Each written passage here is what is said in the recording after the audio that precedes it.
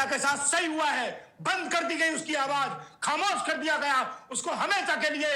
क्यों? क्योंकि आम आदमी पार्टी ने राघव चड्ढा को राज्यसभा के उपनेता पद से हटा दिया है, और तो और राज्यसभा सेक्रेटेरिएट में ये लिख कर बोला है कि राघव चड्ढा को बोलने का मौका न दिया। भाई पूरा इंस्टाग्राम, पूरी सोशल मीडिया राघव चड्ढा से भरी पड़ी हुई है। और ये कुछ लोगों को तो मैंने देखा वीडियो बना, राघव चड्ढा को बोलने ही नहीं दिया जाएगा, खामोश कर दिया गया। तो राघव चड्ढा इस समय इंटरनेट की दुनिया के सबसे बड़े कीवर्ड है। इसका प्रेडिक्शन हमने पहले ही कर दिया था कि उनका कोई भी मूव होगा वो खबरों में आएगा। लेकिन राघव चड्ढा को खामोश कर दिया गया है, बोल ही नहीं पाएंगे पार्लियामेंट में, ये बात गलत है। 0 आवर होता है, उसमें सांसद अपना मुद्दा उठा सकते हैं, बोल सकते हैं, और पार्टी के हिस्से से जो टाइम मिलता था वो उनको नहीं मिलेगा, क्योंकि पार्टी कह रही कि 15 मिनट में हमको पार्टी लाइन पे बात करनी चाहिए थी। राघव उस पर नहीं कहते कि हमने अभी बीते दिनों कहा कि एलपीजी के मुद्दे पे आप मुद्दा उठाइए, तो राघव ने उस पर मुद्दा नहीं उठाया, वो अपने मुद्दे उठाते।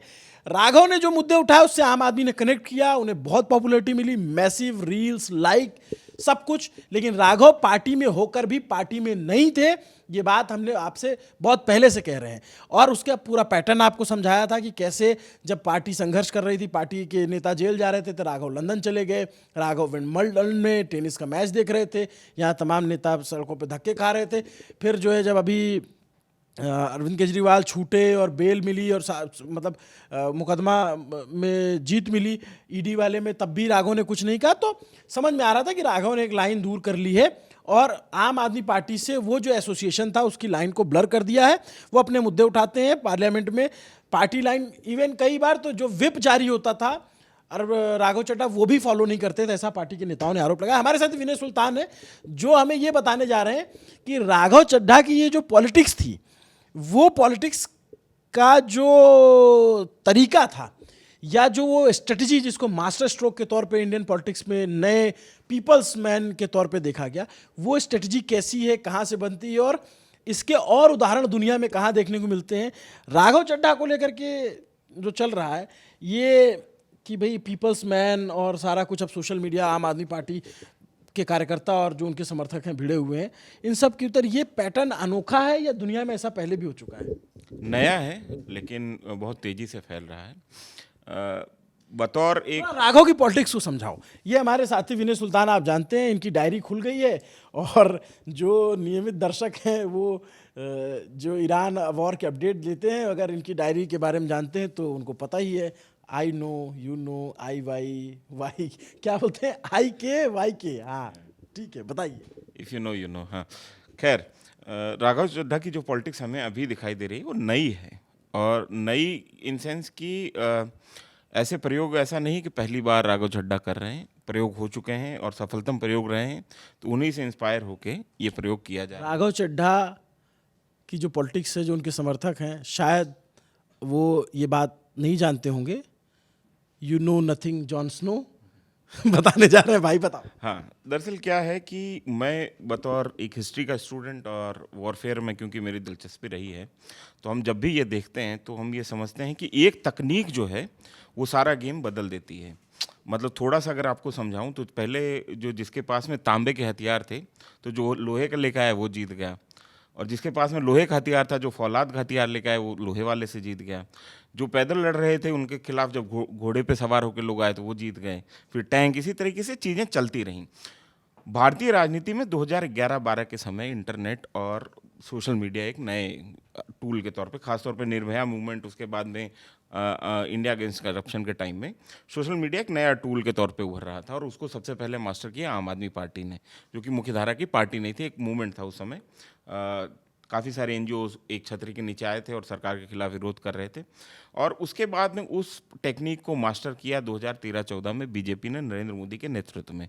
और यहाँ पे कांग्रेस पिछड़ी, कांग्रेस को वो पूरा का पूरा जो वैक्यूम में खासतौर पर ट्विटर पर था उसको फिल करने में 5 से 7 साल समय लगे। उनको समझ में आया जब कि अच्छा ऐसा हो गया है, कांग्रेस का हथियार तांबे का रह गया, इधर लोहा आ गया, लोहा क्या फौलाद आ गया।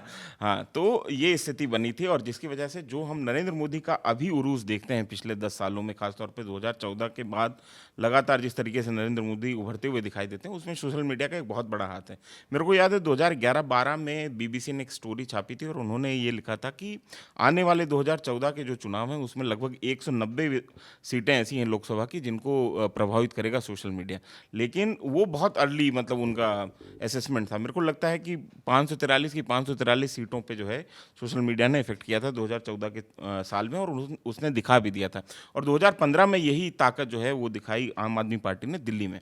लेकिन अब जो नया मॉडल हमारे सामने आ रहा है वो एक व्यक्ति, एक फिगर, एक मतलब कैसा कह सकते हैं कि जेनजी का चेहरा टाइप में एक फिगर खड़ा हो रहा है, जो कि जिसकी तमाम जो है ना लोकप्रियता वो सोशल मीडिया के द्वारा तय की जा रही है। खासतौर पे सोशल मीडिया में भी एक्स या फेसबुक नहीं, मतलब इंस्टाग्राम, और जहाँ पे जिन देशों में टिकटॉक है वहाँ पे टिकटॉक पे आप इस तरीके की लोकप्रियता जो है ऐसे फिगर्स की और across party line, across party line है।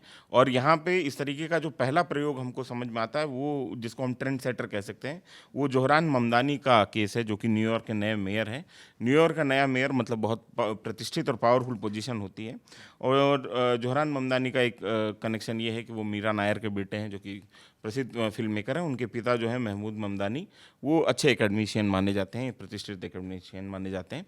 और ममदानी जो खुद जोहरान थे वो म्यूज़िक में कुछ करना चाहते थे। उन्होंने एक अपना सोलो भी गाया था मीरा नायर की फिल्म में, नानी करके, अपनी नानी को ट्रिब्यूट देते हुए।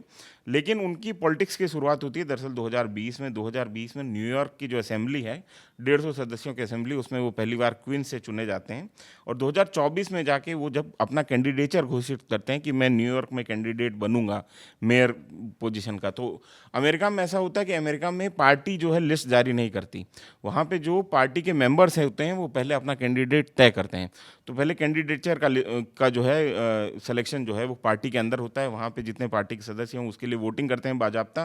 तो उसमें जो है फरवरी में जब इन्होंने 2025 में इनका अप्रूवल रेट जो है वो 1% के तकरीबन था, आप यहाँ से देखिए। और जून में जो है वो कैंडिडेचर का जो चुनाव था डेमोक्रेटिक पार्टी का, वो जीत गए। मतलब 1% से जीतना, मतलब डेमोक्रेट्स के बीच में, और ये 5 महीने में। और जोहरान ममदानी ने ये किया तब क्योंकि एक तो आपको न्यूयॉर्क समझना पड़ेगा। न्यूयॉर्क जो है मल्टी एथनिकल, मल्टी नेशनल तरीके का जो है कॉस्मोपॉलिटन शहर माना जाता है। दुनिया में सबसे बेहतरीन कॉस्मोपॉलिटन शहर न्यूयॉर्क को कहा जाता है। तमाम किस्म की आबादियाँ, तमाम किस्म की नस्लें, तमाम किस्म के धर्म आपको न्यूयॉर्क में देखने को मिल जाएंगे। और ममदानी ने अपना मतलब जो जैसा उनके ओपोनेंट कर रहे थे कोशिश की एआई की मदद से और तमाम पॉलिश्ड किस्म के जो है वीडियोस डालना और इस तरीके के, उन्होंने पूरा उल्टा अप्रोच अपना लिया। वो ऐसी अजीबोगरीब मतलब घटनाएं करते थे। जैसे उन्होंने ये वादा किया था कि न्यूयॉर्क में मैं रेंट फ्रीज कर दूंगा, मतलब जो रेंट अभी हैं उससे बढ़ोतरी हर साल नहीं होगी, जो सालाना 10%, 15% की बढ़ोतरी होती है। न्यूयॉर्क ऐसा शहर माना जाता है जहाँ पे कॉस्ट ऑफ लिविंग बहुत ज़्यादा है, रहने की कीमत आपको बहुत ज़्यादा अदा करनी पड़ती है।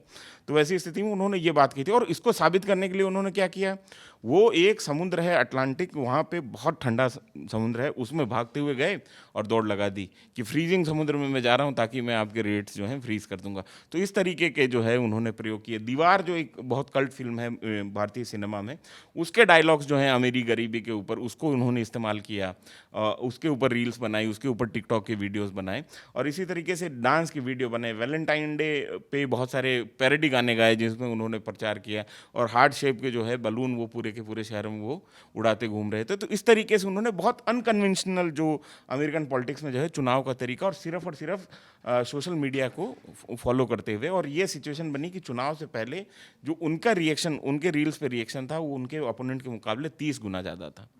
मतलब एक आम लोगों की बात की, आम लोगों के मुद्दे उठाए, और प्लस पत्नी के साथ फोटोज पोस्ट करते रहे, वो हार्ट शेप और ये वो, तो एक वो जो महिला वर्ग का दर्शक है उसको भी अट्रैक्ट किया उन्होंने। हाँ, और उसके अलावा उन्होंने एक और स्ट्रेटजी अपनाई, उन्होंने इन्फ्लुएंसर्स का खूब इस्तेमाल किया, और उनके लिए एक पूरा का पूरा कैंपेन चला था, हॉट गर्ल्स फॉर जोहरान। तो इस तरीके से मतलब कई सारी जो लड़कियां हैं वो जोहरान के लिए चीयर करती हुई नजर आई। उन्होंने अपने जो कैंपेन हेडक्वार्टर है वहाँ पे इन्फ्लुएंसर्स को बुला के बाकायदा सबको इंटरव्यूज़ देना। तो जो कन्वेंशनल मीडिया है, जैसे बड़े जो न्यूज़ आउटलेट्स हैं, उनके जर्नलिस्टों से को फेस करने के बजाय ऐसे लोगों को फेस करना जो सोशल मीडिया पे बहुत पॉपुलर फेसेस हैं। Too much similarity bro.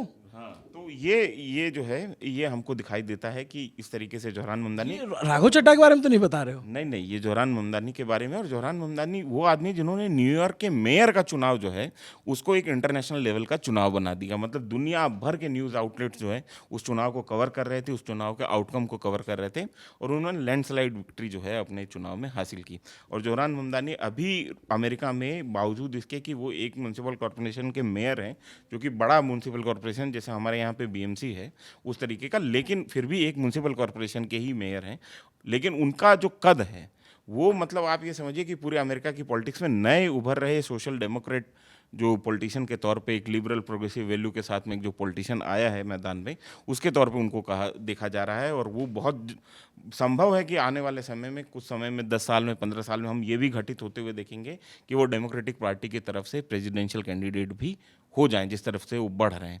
तो एक ये स्थिति है जो हमने आपको केस बताया जोहरान ममदानी का। दूसरा केस बिल्कुल हमारे बगल का है, दो केस हैं, एक फेल्ड एक्सपेरिमेंट भी है। फेल्ड एक्सपेरिमेंट बांग्लादेश का है, जहाँ पे नेशनल सिटीजनशिप पार्टी बनी, नेशनल सिटीजन पार्टी बनी, सिटीजनशिप सॉरी माफ़ करिएगा, और लेकिन उसने चुनाव में बहुत कुछ अच्छा नहीं किया, लेकिन वो भी इस तरीके की प्रोटेस्ट से निकली हुई पार्टी है। दूसरा केस है नेपाल में बालेंद्र शाह का। बालेंद्र शाह जो है वो 2012 में उन्होंने पहला अपना, मतलब वो बेसिकली रैपर थे, मतलब रैप सॉन्ग्स वगैरह गाते थे, मतलब एक तरीके से कलाकार थे। उन्होंने 2012 में अपना पहला गाना रिलीज़ किया था। मतलब अंडरग्राउंड जो रैप वहाँ पे काठमांडू का था, वहाँ पे उनको धीरे धीरे पहचान मिलनी शुरू हुई, लेकिन उनको पहली बार वायरलिटी मिली, एक बार पहली बार वो सोशल मीडिया पे गए, मतलब जहाँ से उनको पहचान मिलनी शुरू हुई। उन्होंने एक ट्रैक अपना रिलीज़ किया था जिसका नाम था बलिदान। इस ट्रैक में उन्होंने बात की थी लगातार जिस तरीके से नेपाल में करप्शन हो रही है, और नेपाल में लगातार जिस तरीके से पॉलिटिशियंस एक दूसरे को ऊपर नीचे कर रहे हैं, और सरकारें आ रही हैं जा रही हैं, संविधान पूरी तरीके से बन नहीं रहा है, जो स्ट्रक्चर जो बनना चाहिए था राजशाही के जाने के बाद में वो खड़ा नहीं हो रहा था। उसके ऊपर उन्होंने बलिदान करके एक ट्रैक रिलीज़ किया था, यहाँ से उनको पहचान मिलनी शुरू हुई 2022 में। और वो ऐसे आदमी है जो स्कूल टाइम से ही पॉलिटिक्स में इंटरेस्टेड नहीं है। आप ये सोचिए 2022 में वो काठमांडू के मेयर के लिए चुनाव लड़ते हैं, और वो तब अपनी ज़िंदगी का पहली बार वोट डालते हैं, उससे पहले उन्होंने वोट नहीं डाला। तो 2022 में वो पहली बार जो है, और कांग्रेस के वहाँ पे सृजन श्रेष्ठ लड़ रहे थे। सीपीआई जो communist party of Nepal United Marxist Leninist है, सीपीआई यूएमएल, वहाँ से कांग्रेस केशव स्थापित किए, दोनों बड़े लीडर हैं काठमांडू के, उनके खिलाफ वो चुनाव लड़े, 23,000 के मार्जिन से जीत गए। और उसके बाद में चुनाव जीतने के बाद में भी उन्होंने परंपरागत जो मीडिया है, आउटलेट्स हैं, उनसे पूरी तरीके से दूरी बना ली। जो सोशल मीडिया इन्फ्लुएंसर्स हैं उनसे बात करते थे, और अपने सोशल मीडिया को उन्होंने एक तरीके से अपने मीडिया प्लेटफॉर्म की तरह इस्तेमाल किया। और 2026 में उन्होंने स्वतंत्र पार्टी ज्वाइन कर ली, और अभी जो चुनाव लड़ा है उसमें उन्होंने लैंडस्लाइड विक्ट्री हासिल कर ली। तो हम अब जो है बारी बारी से इन सब का जो है वो देख लेते हैं। इंस्टाग्राम पे जोहरान ममदानी के जो है 11 मिलियन फॉलोअर हैं, और ट्विटर पे 1.8 मिलियन फॉलोवर हैं, लेकिन टिकटॉक पे जब आप उनका फॉलोइंग सुनेंगे तो आपको थोड़ी हैरानी होगी, 77 मिलियन फॉलोवर हैं उनके पास। 77 मिलियन? 7 करोड़ 70 लाख फॉलोवर। नेपाल की आबादी कितनी है?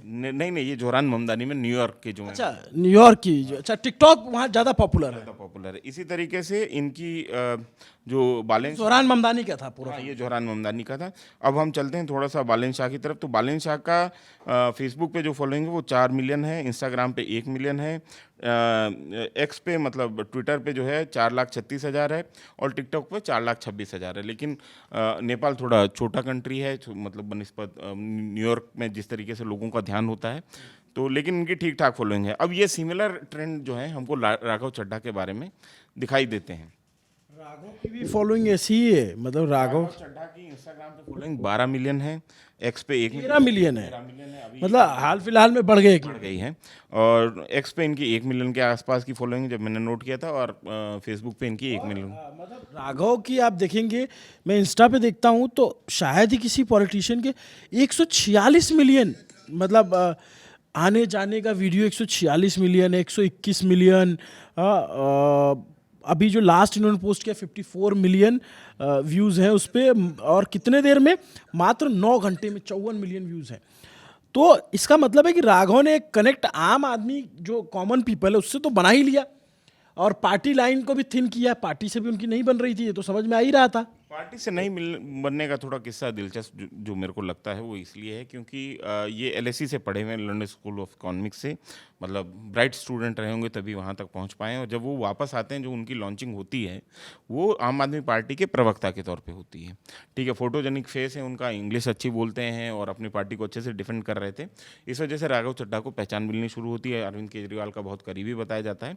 लेकिन जब पार्टी थोड़ा सा शराब घोटाले के चक्कर में फंसना शुरू होती है, तो शराब घोटाले के चक्कर उसी समय मार्च 2024 में राघव चड्ढा अचानक से लंदन चले जाते हैं। और यहाँ से शक और शुबह की शुरुआत होती है कि राघव चड्ढा लंदन में कर क्या रहे हैं, वो आँख का ऑपरेशन करवा रहे हैं कि नहीं करवा रहे हैं। प्रोलॉन्ग्ड जो उनका स्टे होता है, क्योंकि उस समय बिल्कुल लोकसभा चुनाव जो है आपके सर पे चढ़े हुए नीति वापस आ जाती हैं और वो वहीं रहते हैं। रहते हैं। तो उस समय ये कहा जाता है कि कोई ना कोई जो है हो सकता है कि राघव चड्ढा का भी नाम शराब घोटाले में आ रहा हो या घसीटने की कोशिश की जा रही हो। जिस तरीके की तमाम स्पेकुलेशन चलती हैं, बतौर जर्नलिस्ट हम इसको कंफर्म नहीं कर सकते हैं। ये जो चैटर है हम आपको वही बता रहे हैं, हमारा कोई दावा इसमें नहीं रहता है। बट मैं ये जानना चाहता हूँ विनय, हम लोग तो आम आदमी पार्टी के बनने से और तमाम चीज़ों को देख रहे हैं। एक लड़का जो ब्लू आइड बॉय है केजरीवाल का, केजरीवाल की पॉलिटिक्स आगे बढ़ती है और उसको वो अगले विधानसभा चुनाव में अपने विधायक का, विनिंग विधायक का टिकट काट करके विधानसभा लड़वाते हैं, जिता देते हैं। जल बोर्ड की बहुत अहम जिम्मेदारी देते हैं, बड़ा रुतबे वाला पोस्ट है। आम आदमी पार्टी पंजाब में जीतती है तो सलाहकार बनाया जाता है और आप बिलीव करो कि जेट प्लस सिक्योरिटी मिलती है, महंगी गाड़ी जो 2-3 करोड़ की गाड़ी CM ही कहा जाता है, है डिफेक्टो सीएम कहा जा रहा था। बंगला जो है उतना ही बड़ा जितना बड़ा सीएम को मिला हुआ था। फिर उसके बाद ऐसा ये जो आया, ये सब कुछ ऐसा क्या लग रहा है कि अंदर अनबन हो गई या बाहर सदी बदी हो गई? दोनों ही स्थितियां हैं। मतलब आम आदमी पार्टी का जब मैं इतिहास देखता हूं तो उसमें मतलब वो पॉलिटिकल पार्टी जो है बहुत एक्सपीरियंस पॉलिटिकल स्ट्रक्चर से नहीं आती है। मतलब जैसा परंपरागत तौर पे कहा जाता है कि बीजेपी कार्डर बेस्ड पॉलिटिक्स है, कांग्रेस के पास में अपना लेगेसी पॉलिटिक्स है कि मतलब वो कितने मतलब 150 साल पुरानी पार्टी है। इसी तरीके के कम्युनिस्टों के बारे में कहा जाता है कि कार्डर बेस्ड जो है उनकी पार्टी स्ट्रक्चर है।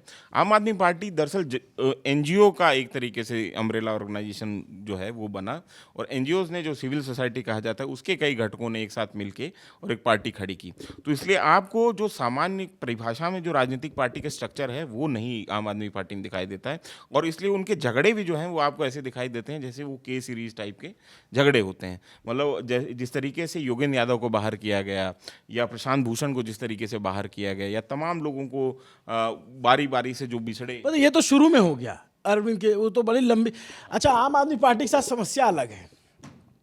जिसको राज्यसभा भेज दिया वो भी अपना नहीं रहा, जिसको नहीं भेजा वो बाहर से बवाल काटे हुए हैं।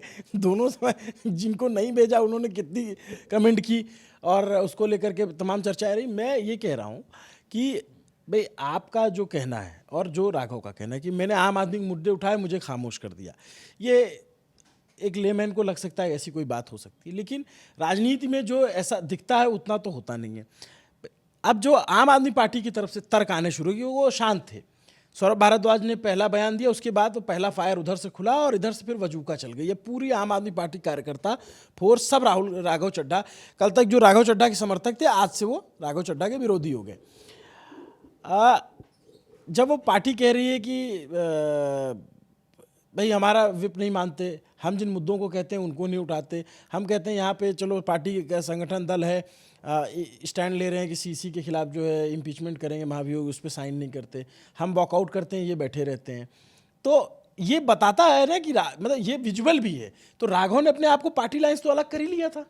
पार्टी जिस समय संकट में, तो मैं कह तो रहा हूँ कि लंदन में जो लंदन इनकी विजिट है वो थोड़ा सा उसके ऊपर बहुत सारे चैटर तमाम तरीके के होते हैं, और इसमें क्योंकि हमारे पास में बतौर जर्नलिस्ट हम ये नहीं वो तो चर्चाएं अलग चीज़ें हैं, तो मतलब पार्टी लाइन वहीं से अलग हो गई। हाँ, और उसके बाद में एक और नोटिस जो है लोगों ने बहुत कम जिसके ऊपर नोटिस किया था वो ये था कि जब दिल्ली का चुनाव हो गया विधानसभा के, उसके बाद में अचानक से जो है राघव चड्ढा चले गए थे हार्वर्ड कैनेडी स्कूल जो यूएसए का है, वहाँ पे यंग ग्लोबल लीडरशिप कोर्स करने के लिए, मतलब 5 मार्च से 13 मार्च 2025 के बीच में था।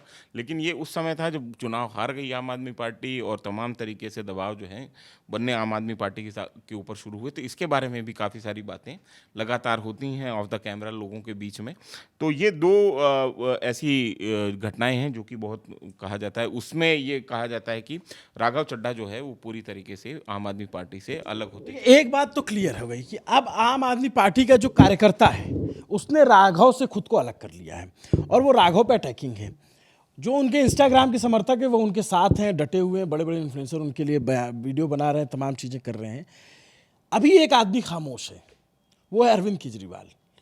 अगर वो आकर के कुछ बोलते हैं तो क्या लगता है कि आम आदमी पार्टी और हार्शली ट्रीट करेगी राघव को, या फिर नहीं बोलेंगे और अंदर खाने मना लिया जाएगा? दोनों स्थितियां हैं। एक तरफ देखिए राघव चड्ढा जो है, मैं एक बात बहुत अपने दर्शकों के सामने स्पष्ट कर देना चाहता हूं कि बतौर पत्रकार जब भी कोई राजनेता मेरे सामने नैतिकता की दुहाई देना शुरू कर देता है, मेरे कान तुरंत खड़े हो जाते हैं, है ना। तो ये और इसी तरीके से हाई मॉरल ग्राउंड लेके आम आदमी पार्टी सत्ता में आई थी, तब उन्होंने तमाम किस्म के वादे किए थे। आपको याद होगा अरविंद केजरीवाल जो है वो कनेक्शन जोड़ने जा रहे थे और तमाम तरीके के स्टंट जो है उस समय किए गए पॉलिटिकल, और उसके बाद में वही सरकारें जब सत्ता में आती हैं तो बीजेपी के बरक्स जो है उनके तांबे के बरक्स अपना लोहा लेकर आए कहते हैं। तो वो स्थिति है। तो राघव चड्ढा भी जो है बहुत अभी नैतिकता की दुहाई दे रहे हैं, आम आदमी की जनता की, आम आदमी के लोगों के वो मुद्दे उठाने की तमाम दावे कर रहे हैं, है ना। स्विगी का उन्होंने मुद्दा उठाया और ये गिग वर्कर्स का उन्होंने मुद्दा उठाया, फिर वो खुद जो है एक मेंबर्स बिल लेके आए। तो ये एक तरीके से मैं इसको इस तरीके से देखता हूँ, आम आदमी पार्टी के मुद्दे, मतलब आम आदमी के मुद्दे उठाने के अलावा, आम आदमी पार्टी इतना चढ़ गया है मुँह पे, आम आदमी के मुद्दे उठाने के अलावा मैं इस तरीके से देखता हूँ एक पूरी तरीके से तैयार किया गया एक ग्राउंड, एक बेस बनाया गया जिसके आधार पर राघव चड्ढा की एक आरोप भी लग रहा है कि भाई बीजेपी से कॉम्प्रोमाइज हो गए। भाई भगवंत मान ने तो कह ही दिया, तो क्योंकि वो दिखता है कि भाई बीजेपी पे वो अटैकिंग नहीं है, वो किसी भी मुद्दे पे सत्ताधारी दल को नहीं घेरते हैं, वो ऐसे मुद्दे से होता है छू के निकल जाने वाला। मैं बात आपको कह रहा था कि आम आदमी पार्टी की जो स्ट्रक्चरल पार्टी नहीं है, मतलब वो पॉलिटिकल स्ट्रक्चर, उस पॉलिटिकल स्ट्रक्चर को फॉलो नहीं करते। जैसे ज्योतिरादित्य सिंधिया जब गए तो कांग्रेस की तरफ से ये नहीं हुआ कि वो कुछ हमारे साथ ऐसा कर गए, उन्होंने विश्वासघात किया, धोखा दिया, फलान किया। ठीक है, मतलब एक आदमी बयान तो आए ना, वो तो सारे कुछ हुए थे, नहीं तो कांग्रेस के साथ भी हुआ था ऐसा। बट मैं कह रहा हूँ कि तब सिनेरियो अलग थे। ज्योतिरादित्य सिंधिया भाई उनके साथ एक बड़ा वोटर बैंक है, वो इस इलाके में अच्छी पकड़ रखते हैं, अपने साथ विधायकों को ले गए। तो अब यही तो मेरा सवाल है कि क्या आपके ज्योतिरादित्य सिंधिया बनने जा रहे हैं राघव चड्ढा? क्योंकि जैसे ही अगर उन्होंने आपको और पार्टी ज्वाइन की तो फिर वो जो है ना, फिर वो लकीर अलग से हो जाएगी। खैर वो भविष्य है। Raghav Chadha is very smart politician. और Similarly, I can say about Arvind Kejriwal, he is very अरे तो भैया जो है हाँ, अरविंद केजरीवाल तो की स्मार्टनेस का अंदाजा आप इसी से लगा लीजिए कि 2014 में जो चढ़ता अश्वमेघ का घोड़ा यहीं दिल्ली में दाब दिया था 2015 में। तो भाई ये लोग, मैं तो एक इंटरव्यू किया हूँ सौरभ भारद्वाज से, वो भी आप लोग देखिएगा, तो उसमें बड़ी खुल के बातचीत हुई है। राघव चड्ढा पे हमने 2-3 रिपोर्ट की, वो सारी रिपोर्ट आप देखिए, आपको समझ में आएगा। क्योंकि राघव चड्ढा इतना बड़ा कीवर्ड हो गया, हमने कहा कि थोड़ा इसको और डिकोड किया जाए और समझा जाए। आपको ये पूरी बातचीत कैसी लगी कमेंट करके ज़रूर बताइए। ये ज़रूर बात है कि राघव चड्ढा ने आम आदमी के मुद्दे उठाए, लेकिन अगर आम आदमी पार्टी उन्हें राज्यसभा में नहीं भेजती तो वो मुद्दे नहीं उठा सकते थे, क्योंकि राज्यसभा में कोई निर्दलीय नहीं जा सकता या कोई चुनाव लड़के नहीं जा सकता। तो भाई कोई भी पार्टी अगर आपको भेजेगी तो वो आपसे अपना काम भी करने को कहेगी, और आप नहीं कहोगे तो पार्टी इस तरीके का एक्शन लेगी। अब ये जो दोनों तरफ से बैटल शुरू हुई है, दोनों तरफ से फायर ऑफ एक्सचेंज हो रहा है, ये कहाँ तक जाएगा? राघव पार्टी में ही रह करके एक अलग झंडा बुलंद करेंगे, एक धड़ा बुलंद करेंगे, लेकिन देखिए सुल्तान ने जो बात कही बिल्कुल सही है कि वो पार्टी में रह करके कुछ नहीं कर सकते, क्योंकि वो कोई धड़ा बनाने की कोशिश भी करेंगे तो वहाँ पे पार्टी मतलब whole and soul Arvind Kejriwal और उनके इर्द गिर्द। तो पार्टी में ऐसा नहीं कि कांग्रेस पार्टी है कि वहाँ ग्रुप 32 बन गया है, वहाँ ग्रुप 36 बन गया है, वो फलाने जो है इस छत्रप हैं, ये आम आदमी पार्टी में संभव नहीं है। तो फिर क्या होगा? क्या वो कांग्रेस में जाएंगे? क्या वो बीजेपी में जाएंगे? क्या वो अपनी नई पार्टी बना लेंगे? नई पार्टी, ये जो सोशल मीडिया पे तमाम लोग कह रहे हैं भाई तुम संघर्ष करो, हम तुम्हारे साथ हैं, नई पार्टी बना लो, ऐसा होता नहीं है। सोशल मीडिया के 5 मिलियन लाइक एक विधानसभा में 50,000 वोट लाना, दोनों में बहुत जमीन आसमान का अंतर होता है। इस कहानी का अभिनव मतलब कि क्लोजिंग का समय है, लेकिन इस कहानी का बहुत प्रेडिक्टिव अंत होना तय है, मतलब मेरे को जो लगता है। और ये एक पटका कंधे पे आएगा, कोई मतलब एक पटका करने, ट्वीट आएगा, प्रोमिनेंट लीडर इज ज्वाइनिंग। हाँ, और उसी तरीके की बात होगी, और ये दर्शकों को भी पता है कि बट मुझे ऐसा लगता है, ऐसा मेरी समझ कहती है कि 2 साल राघव चड्ढा का कार्यकाल बाकी है। वो जब भी उन्हें मौका मिलेगा, वो जहाँ अपने बातचीत रखते रहेंगे, 0 आवर में बोलेंगे, वहाँ पे उनको तो समय मिलेगा 0 आवर में बोलने का, फिर पार्लियामेंट के बाहर और तमाम जगहों पे वो चलता रहेगा। आम आदमी पार्टी उनको निकालेगी नहीं। स्वाति मालीवाल को नहीं निकाला तो इनको क्यों निकालेगी? स्वाति मालीवाल तो एकदम भयानक अरविंद केजरीवाल पे हमलावर रहती है, और निकाल के भी सदस्यता जानी नहीं, क्योंकि भाई सभापति के विवेक पे निर्भर करता है। अब राघव जो भी तय करेंगे वो 29 के चुनाव के आसपास के, क्योंकि 28 मई तक उनका कार्यकाल है शायद, या फरवरी तक, और तब देश चुनावी मोड में जा चुका होगा। 29 के राघव इज़ वेरी स्मार्ट, किसी से भी ज़्यादा, क्योंकि उन्होंने बीते कितने कम 2-3 सेशन में ही तो एकदम गुम्मा फाड़ दिया है इंस्टाग्राम पे। तो वो 29 में, उसके 28 के बाद ही मुझे लगता है कोई हलचल होगी। उससे पहले अगर पंजाब चुनाव है 2027 में, पंजाब के आसपास कुछ चमत्कार हो जाए, कोई पटका नया आ जाए तो नहीं कह सकते। नमस्ते, अभिनव पांडे नाम है मेरा, हमारे साथ विनय सुल्तान है। इनका विश्लेषण कैसा लगा कमेंट करके ज़रूर बताइएगा। कोई भी मुद्दा हो तो मैं सोच रहा हूँ कि अब एक सुल्तान की डायरी नाम से एक शो शुरू कर दिया जाए और उस पर बातचीत की जाए। दर्शक भी बहुत सारे कमेंट करते हैं, आप लोग बताइए कि ऐसा करना चाहिए या नहीं करना चाहिए। Thank you so much.